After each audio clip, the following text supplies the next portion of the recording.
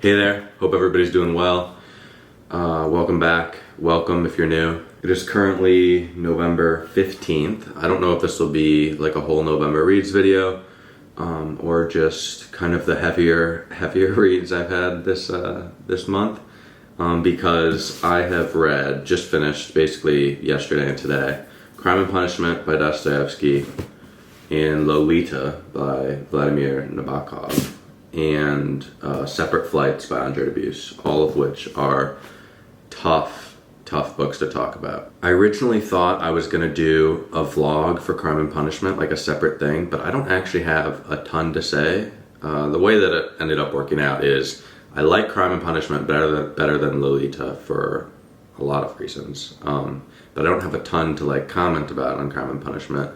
I do have a lot to say about Lolita, and I'm going to try to navigate that well. Take it easy on me in the comments, but I am also very eager to hear what people thought of the book, especially if you liked it a lot. I don't mean to, crap on anybody who liked Lolita, but I do have some thoughts on that, and it's certainly not my favorite book of his. But we can start with that one, and then do Crime and Punishment. I'm saying I don't have a lot to say, but I might, so hopefully this just isn't too long.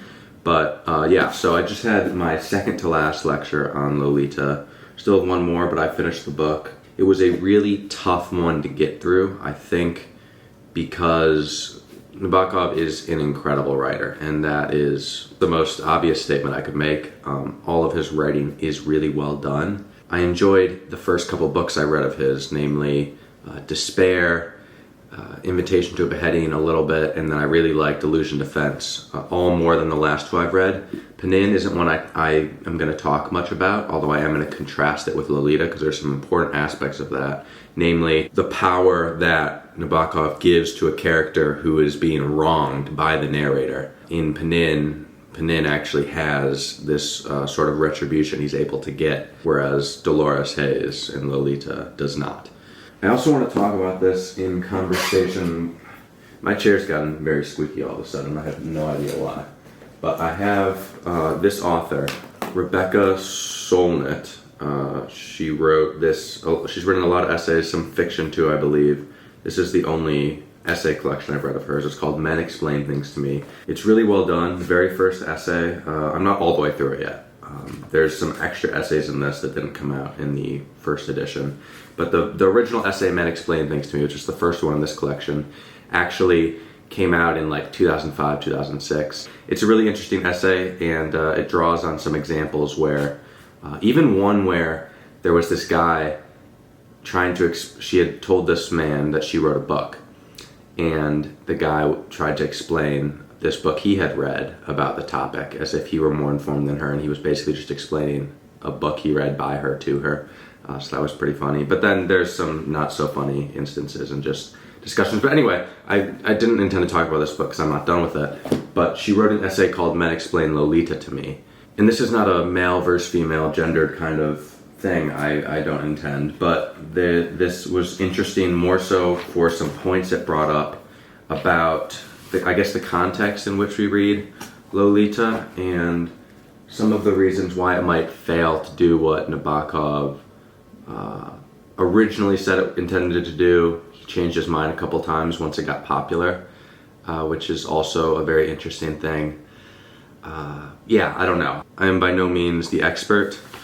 My teacher is a Nabokov scholar. I actually probably, just because I'm going to take I'm not going to repeat what she said, but I've been informed by it. I'll probably link her website below, which gives access to some of her writings and different things like that if you guys are interested. But anyway, so this is an essay free online, Men Explain Lolita to Me, and essentially, I guess I'll just go through this, but let me just explain the book first. So the book is told from the perspective of a man named Humbert, HH, as I've grown accustomed to calling him because of lecture, so I'll use those interchangingly. And he is an immigrant. I think he lived in Switzerland and then England and then the US, I don't remember, but he had trouble making a life for himself in the other two places, and then when he came to the US, he, did just fine. And that's an interesting thing to explore. Nabokov says in the afterword, in which he addresses a lot of questions about the novel, that he was not trying to say that he was not trying to take a shot at America through this novel, and that he merely used American settings because he was in America and trying to write an American novel. And so I'm not gonna go against what he said. That's not true. I will at some points, but I don't know. That's just an interesting aspect. And in the foreword, we hear from John Ray Jr., PhD, and he's kind of the author, quote unquote, of the story, because Nabokov needed to have sort of a way to present this story. And the way that it's presented is Humbert Humbert is in jail, was in jail, he's dead now. He was in jail when he wrote this manuscript. It's kind of like a confession of everything he did, and then said when Lolita, Dolores Hayes, died, that it could be published. And so he sent it to this doctor, John Ray Jr. Yeah, so the idea is you walk into the story knowing Humbert Humbert went to jail, and Lolita and him are both dead at the time of this publication. And so at one point Humbert Humbert even says something like, you must be reading this in the 2000s, because Lolita will have had to die, and I hope she lived a long life, and all those things. But that's not the case. You learn she died young in childbirth. She actually was a minor when she died, which is really rough, so she never even reaches actual adulthood. These are not really spoilers, but from now on I am going to spoil the book a bit. Not really, sort of, but just warning if you want to read it. And don't want any spoilers, but I think you will, because I would have loved some. So when Humbert Humbert is in jail, here's the thing. If you're looking for a novel about a guy who does awful things and is brought to justice, that does not happen, that will not happen. It is the opposite of that. It is a guy who, even at the end, sort of gets his way and decides what will happen to him, even if that means going to jail. And what he's going to jail for, in the end, does relate to Lolita, but he's not brought to justice based on these charges. Basically, what happens is, what's her name, Charlotte, he winds up trying to stay somewhere. We establish early on that he's attracted to young girls, and he winds up trying to stay somewhere. He's not able to stay there because the house burns down. So another family takes him in, and this family is a woman named Charlotte and her daughter, Dolores Hayes, Lolita, as Humbert Humbert calls her. And as he's being shown around and deciding if he wants to stay there or not, he's basically decided, I hate this place, and then he sees the girl and he decides he'll stay. So he does some awful things early on. She's 12 or so. He frames her as being unaware of what's going on. It's clearly not the case. There are a couple indicators that she knows very much what's going on, and there are parts where he's just clearly lying, in my opinion at least. Obviously, we're not getting her side at all, so that's kind of part of a lie, but there are things that he will say she said, and it's just like, okay, bud. So I don't know. But there's also parts where he frames her in a certain way. He calls her like a demon child, says she seduced him. So it's just really tricky, and I will say I pride myself on reading a novel straight through, not skipping lines, none of that stuff. Even with whatever attention problems I have, I've read enough to just get to that point where it's not difficult. I never feel the need to, and if I do feel the need to do that, it's just not a good book. Here, I was just uncomfortable at certain places where nobody's gonna say, just to inhabit the mind of someone like this, and I guess that's what makes the novel attractive to some people, is getting so close. Anytime you're this close inside someone's head, it can be a cool experience, but I mean, this is just so tricky, and there were parts where I really couldn't read it, and I don't think I missed parts of the story. There were just parts where he's going on for pages describing something one way, and you're like, man, no, I just can't. And so the way Nabokov would frame it is he's created a test for people, a moral test, I suppose, where you're reading this, you're only getting Humbert Humbert's perspective, and you're supposed to not fall into the trap he's setting. In the end, and if you read this, you'll see what I mean, it seems to me that Nabokov actually falls into his own trap as he begins to frame things as love, especially when Humbert reaches an older age and Lolita is now married and things like that. There's a huge section of the book where Humbert is on the road with Lolita, and this is the one spoiler I'm going to give that's actually a major spoiler, so shut your ears if you want. But Lolita's mother finds this journal that Humbert has. That was the most awful part to me, but finds this journal that Humbert has and discovers what he's doing. She finds out, she decides she's gonna get him in jail or like whatever she has to do. And she heads outside and gets run over by a car. And this is basically, I mean, it is like worst thing that could happen for both like the reader, who obviously wants this to stop, worst thing that could happen for the girl, who's now basically in the custody of this man, because now he winds up marrying the woman, her mother. And it's just like, man. And so when he begins to feel that fate is on his side, you almost kind of have to agree. And that's kind of the whole point of this, is Humbert is, because of how good a writer Nabokov is, and the prose is wonderful. I mean, the fact that he could write things in however many different languages, and maybe that helped, but he's ridiculous. He's a ridiculously good writer. But the thing that is unattractive about him for me is he's so controlling. He wants to play God, and the writer does kind of get to play God, but even after he writes the books, he will go on, interviews and say exactly how you have to read things. He'll write forwards to other books talking about how, previous books weren't read the right way by like specific reviewers. He is such a control freak, and that's this entire novel. Humbert is a control freak, and he can't bear to lose control.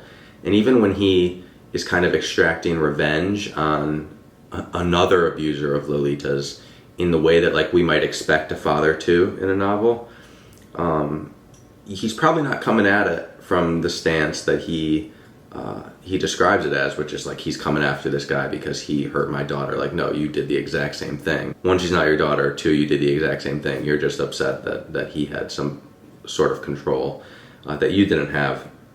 I realize I'm just rambling at this point. I mean, I have so much to say on this topic, and I guess the one thing that I wanted to bring up from this essay is just the idea of other people's experiences, and that being the most valuable part of fiction.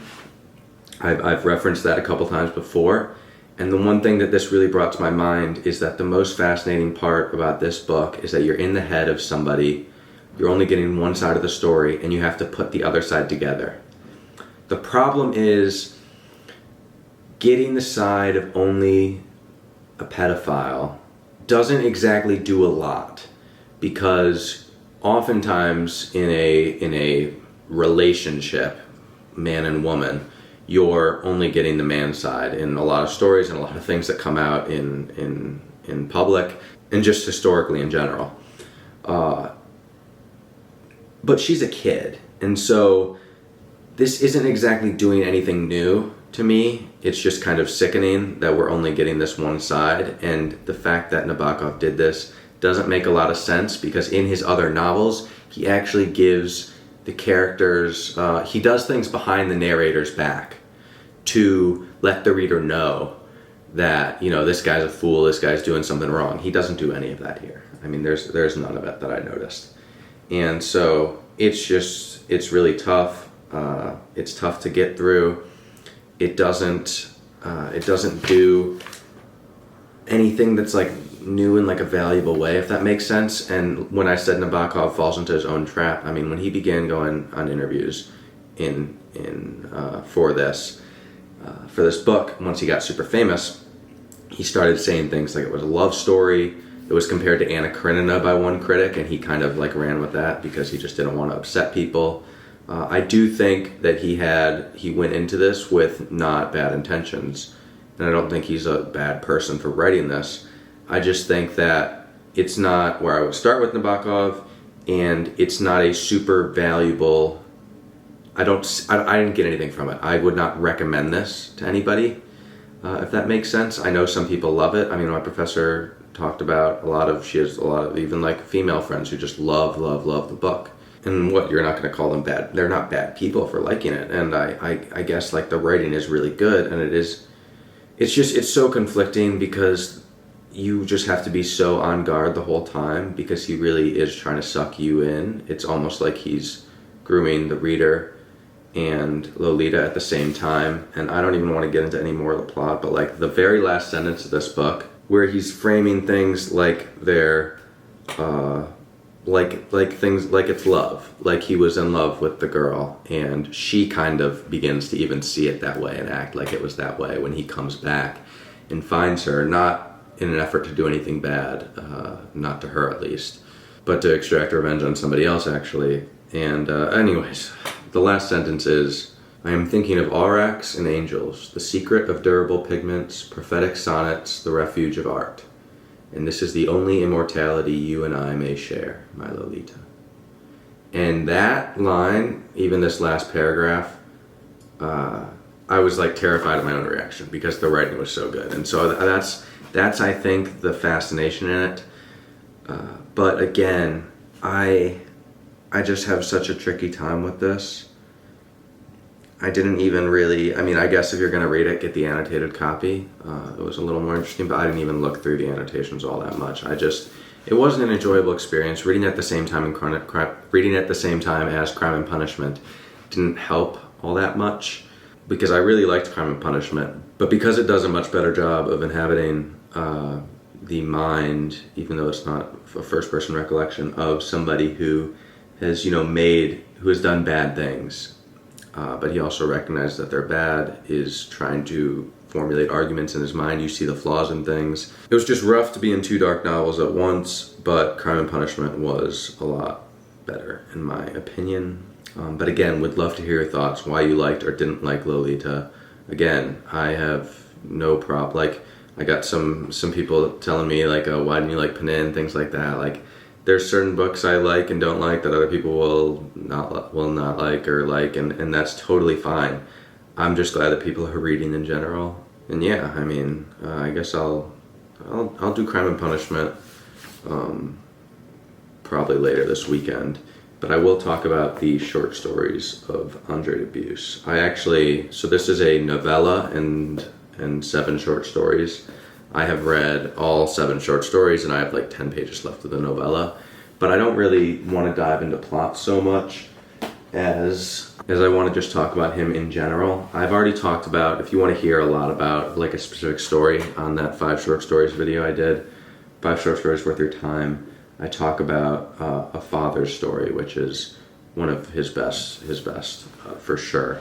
But this is a writer that I am just like falling in love with in terms of how he tells a story, especially when he's working with like man and woman relationships. He really has a knack for not throwing anything moral at you and not wrapping things with a tight bow and not, he tells it reminds me of like late Carver, if that makes sense, like where it's not so stripped down, but it still is, and the dialogue, man, like you're in some rough situations here. And I'm including this in the heavy reads video, not because it's heavy. There's one heavy story. There's one really tough story, and that's kind of the one I want to talk about. I don't know, but let me figure out which one. There was like a doctor. The doctor, yes. Maybe I'll just read this first page because it's fascinating. This is a 1, 2, 3, 4, 5 page story. Most of them are longer, but in late March, the snow began to melt. First, it ran off the slopes and roads, and the brooks started flowing. Finally, there were only low, shaded patches in the woods. In April, there were 4 days of warm sun, and on the first day, Art Castagnetto told Maxine she could put away his pajamas until next year. That night, he slept in a t-shirt, and next morning, when he noticed the pots on the radiators were dry, he left them empty.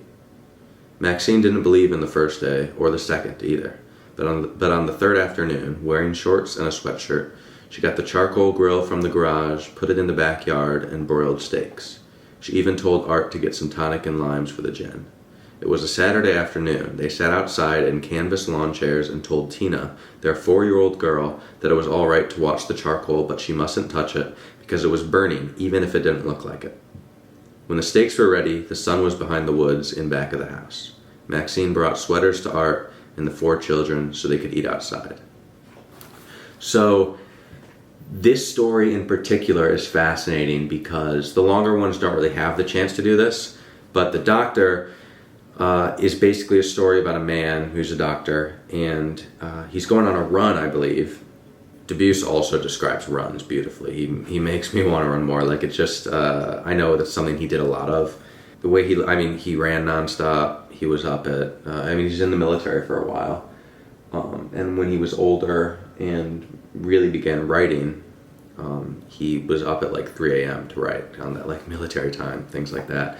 So he was pretty hardcore guy, and these are hardcore stories. Anyways, what am I talking about? So the writing is wonderful because you get this whole like introduction where they're talking about the weather and snow, and it's just like very beautiful, and he's on this run, and then all of a sudden it's like bam, he sees a kid drowning. And you're like, man, there's 1 page left in this story. Also, I'm totally spoiling this, by the way. Sorry, but I'm gonna spoil the whole thing.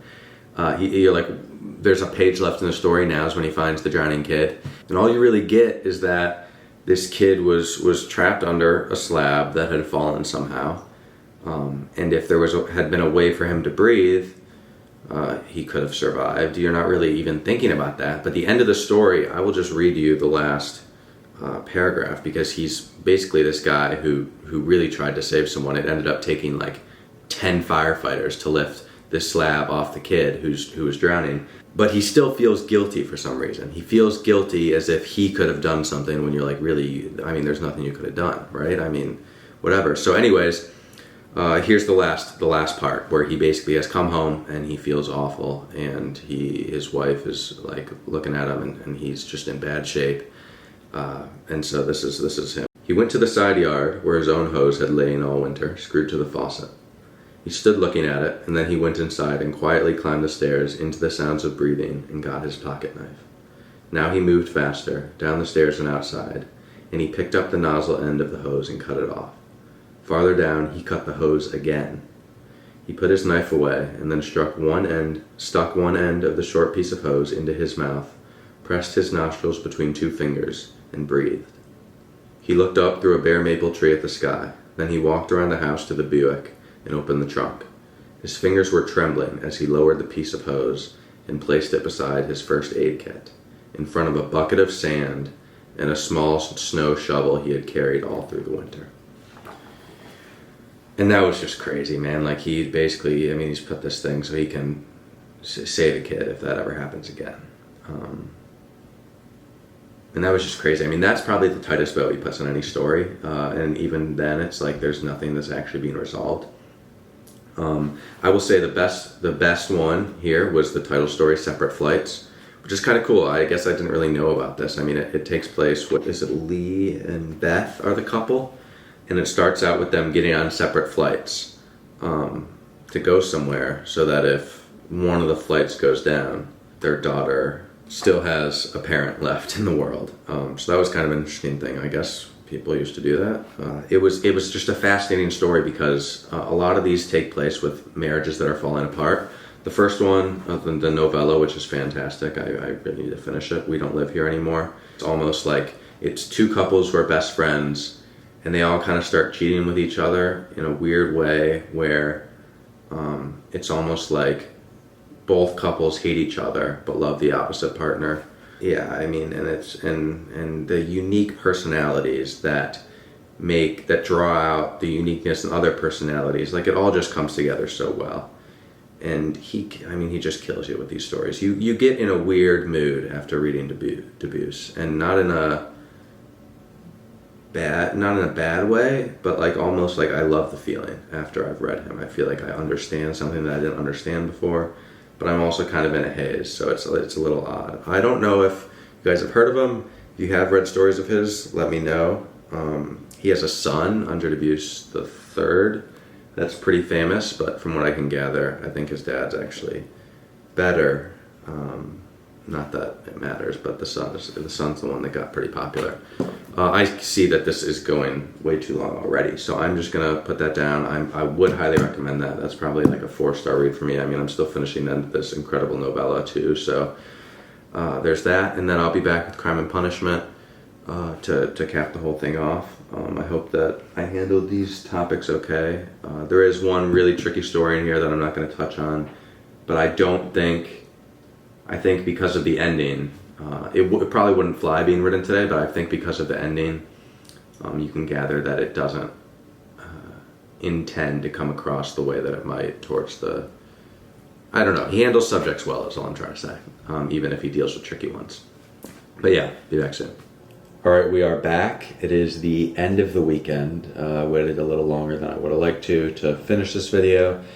But my dad was up all weekend, which was a ton of fun. We're actually kind of figuring out what book we're going to read next. So if you've got thoughts, maybe leave them in the comments. We're going to try to do another one of those videos over winter break. We're thinking of The Secret History by Donna Tartt, Martyr by Kaveh Akbar, I believe is how you say his name. I love his poetry, and I've heard really great things about his new novel. The Corrections, maybe, by Franzen, Their Eyes Were Watching God, Zora Neale Hurston, White Teeth, Zadie Smith. So I don't know, there's a bunch of options, and we'll probably decide soon. But yeah, if there's anything specific you guys want to see, let me know, and I'll try and take that into consideration. And then this weekend I started The English Patient, and I started Pale Fire. Pale Fire is for Clash. The English Patient is for some writing I'm doing, trying to model. It's just my professor recommended I read it, so I'm loving that so far too. So some more videos coming soon. But yeah, I just wanted to talk about Crime and Punishment. I was editing a bit of the Lolita video today. It wasn't exactly everything I hoped it would be, but I don't know. I kind of said how I was feeling, and that's that, I guess. I should note that Vladimir Nabokov was incredibly, like, his father was somebody pushing for more extreme penalties against pedophiles, people who were sexually assaulting, raping children, and Nabokov took the same position. It was never that I'm saying he was intending to do anything bad.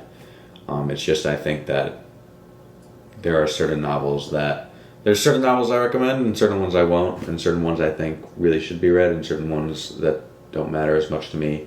And then sometimes you just get a little uncomfortable, which, it just happens. So that's the final thoughts on that. I did finish the novella by Andre Dubus. So good. I mean, I thought I wasn't going to talk anymore about these. I mean, I can't recommend his writing more.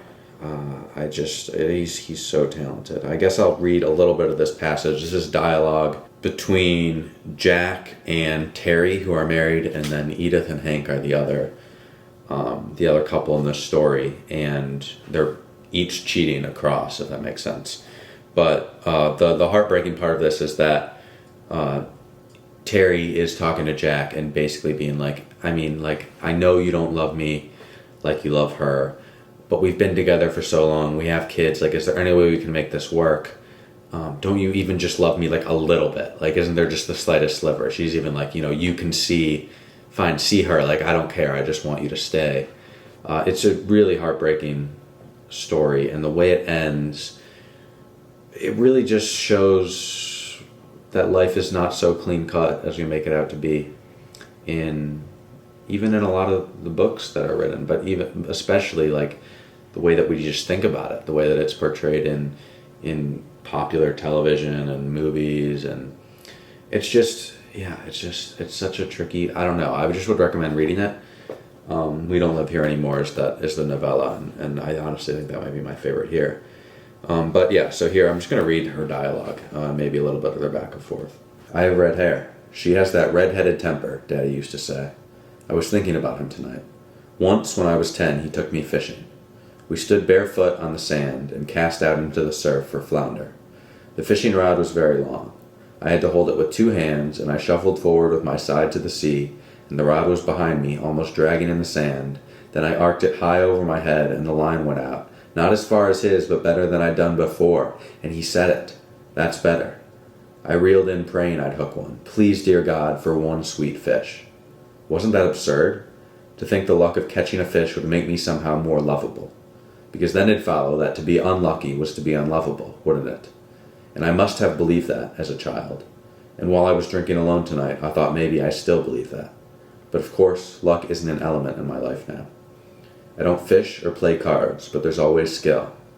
So should I expect my cooking and screwing to make me more lovable? Maybe. I suppose a man can't be expected to love a woman who fails in the kitchen and in the bed. I'll admit that, even though I believe conversation and companionship are more important. And they just go back and forth, but the dialogue here, I mean, it's just crazy. I really feel like I'm there. I don't know if I felt so immersed in a story or in several stories in a while. So yeah, this video is becoming so long. Maybe I should have done one video for Crime and Punishment. But I kind of just want to talk about this. This is a book that I would recommend. You don't need to hear what I have to say about it. Although if you have never read Russian literature or even just classics in general, if you read more modern stuff, it can be a little bit of a slog at times. But there's something to it. There's never like a useless slog, if that makes sense. So yeah, I mean, it takes more work than the average fictional novel, but it's a great book. And so yeah, I guess I'll just go over kind of plot lines and what I think. So the main character's name is Raskolnikov, and he is a kind of a destitute student. So he went to the university. He's in St. Petersburg right now. He went to the university, was doing well, wrote some great papers, showed promise, and he just doesn't have the money to continue. So his mom and sister have sacrificed everything for him.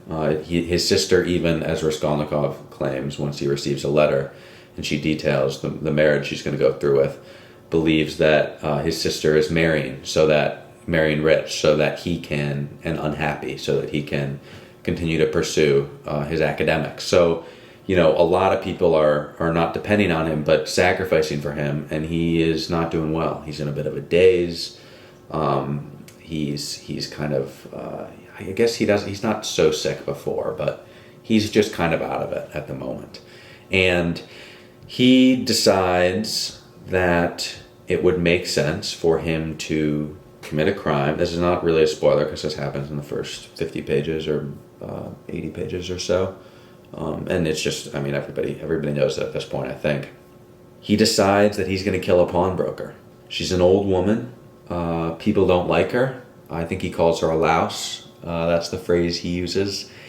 And he decides that, you know, he is able to do a lot of good for society if he has the funds to do so. And getting rid of this woman who really scams people who are down on their last dollar isn't gonna, he's doing a good for society is what he convinces himself. And he even wrote a paper about this, how some men, even men with the slightest sliver of promise, the slightest sliver of going against the grain. I marked a lot of passages, but it's just tough to go through all of that. Anyway, slightest sliver of going against the grain should be able to go against the rules of society. Certain things don't apply to them.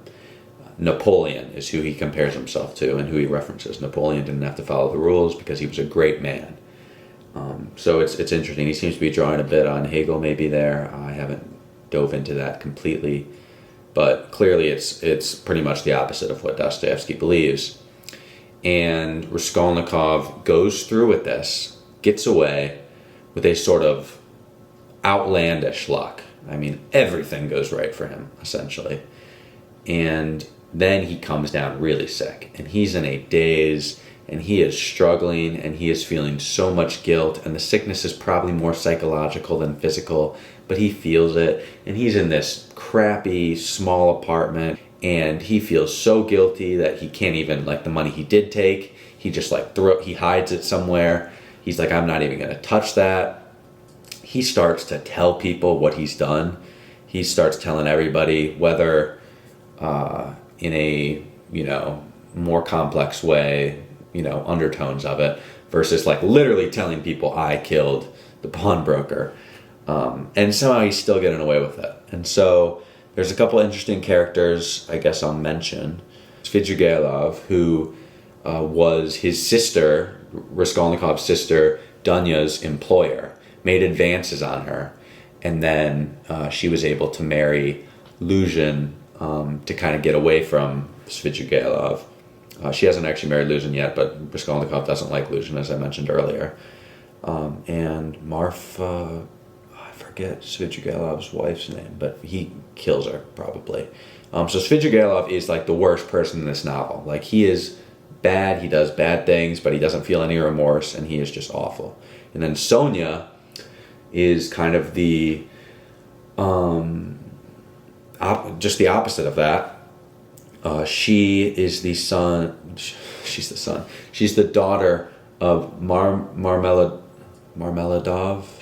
who Raskolnikov meets at a bar, and this man Marmeladov has drank everything away. His family's money. Like, not only is he does he not provide for his family, he's a complete hindrance to them. Like, he mentions, I think, that he'd be better off dead.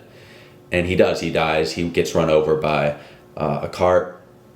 Raskolnikov finds him, takes him back to his home, where Sonia lives there in like a separate room. But Marmeladov's wife, who is named... This is an interesting thing about Russian literature. I always get the characters mixed up. Like, I know who I'm thinking of, you know what I mean? But I just get lost with it. Katerina Ivanova. So, and Raskolnikov gives her all his money. Like, here, you guys are poor, here's all the money for the funeral. And that's all the money his mom sent him. So he now has nothing. It's it's nice, but like, again, this is kind of an outlandish thing too. Raskolnikov is kind of overly, like, stupidly generous. So he's like he's killed someone, and we know that.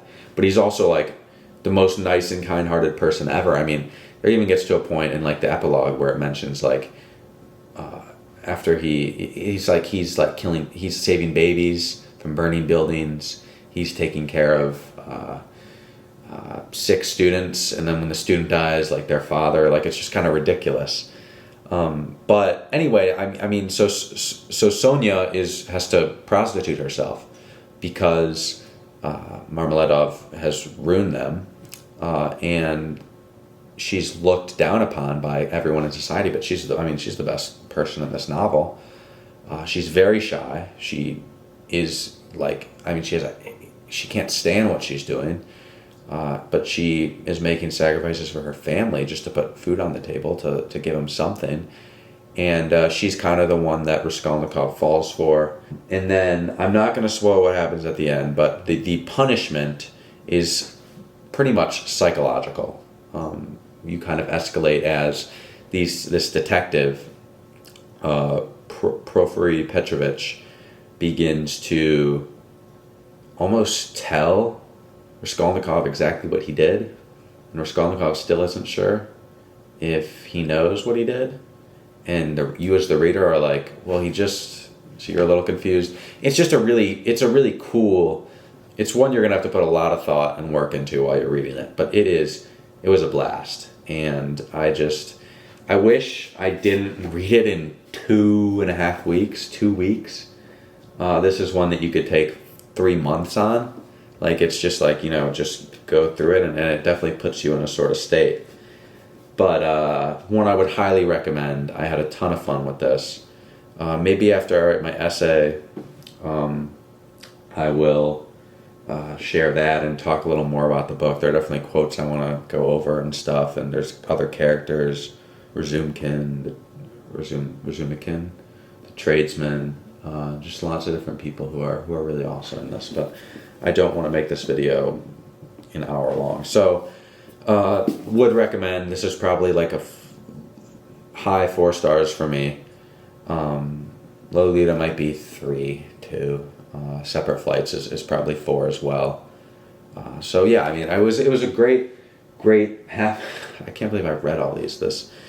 I wish that I could take these slower. You definitely lose something reading things so fast, especially because I'm not actually a fast reader, if that makes sense. But it's been a good half a month of reading so far, and I'm excited to continue on.